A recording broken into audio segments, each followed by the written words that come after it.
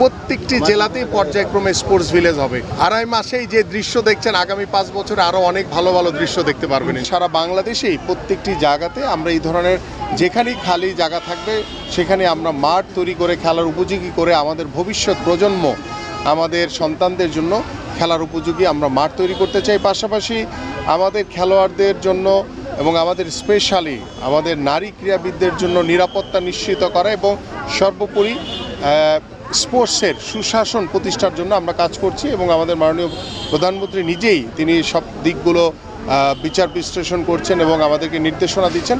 ইনশাল্লাহ আশা করি যে আমাদের যে কর্মপরিকল্পনা রয়েছে, আমরা মাত্র আড়াই মাস হয়েছে, আমরা খুব বেশি দিন হয়নি এখনও আমরা সরকার গঠন করেছি। এর ভিতরে আমাদের মাননীয় প্রধানমন্ত্রী ইতিমধ্যে বাংলাদেশে আমাদের যে নির্বাচনী যে ইশতেহার ছিল সেই ইশতেহারের অনেক কর্মপরিকল্পনা কিন্তু ইতিমধ্যে তিনি উদ্বোধন করেছেন এবং পর্যায়ক্রমে আমরা 5 বছরে আমাদের যে বৃহৎ পরিকল্পনা রয়েছে বাংলাদেশের স্পোর্টস সহ অন্যান্য যে বিষয়গুলো সবগুলো ইনশাল্লাহ আমরা নিশ্চিত করতে পারবো বলে আমরা বিশ্বাস করি। আমরা আঞ্চলিক আমাদের আছে 7টি এবং 7টির ভিতরে ঢাকাতে একটি বিকেএসপি রয়েছে। পাশাপাশি অন্যান্যগুলোকে আমাদের সুযোগ সুবিধা বৃদ্ধির জন্য ইতিমধ্যে আমি আমার মহাপরিচালক বিকেএসপি তাকে নির্দেশনা দেওয়া হয়েছে এবং এই নতুন করির বাচ্চারাই কিন্তু সেই বিকেএসপিগুলোতে অন্তর্ভুক্ত হবে এবং তারা সরকারি খরচে তারা ক্রিয়াবৃত্তি পাবে এবং তাদের পড়াশোনা এবং খেলাধুলা সকল দায় দায়িত্ব সরকার গঠন করবে এবং আমরা আশা করছি যে শুধু ঝিনাইদহ সহ আমাদের কুষ্টিয়া সহ সারা বাংলাদেশের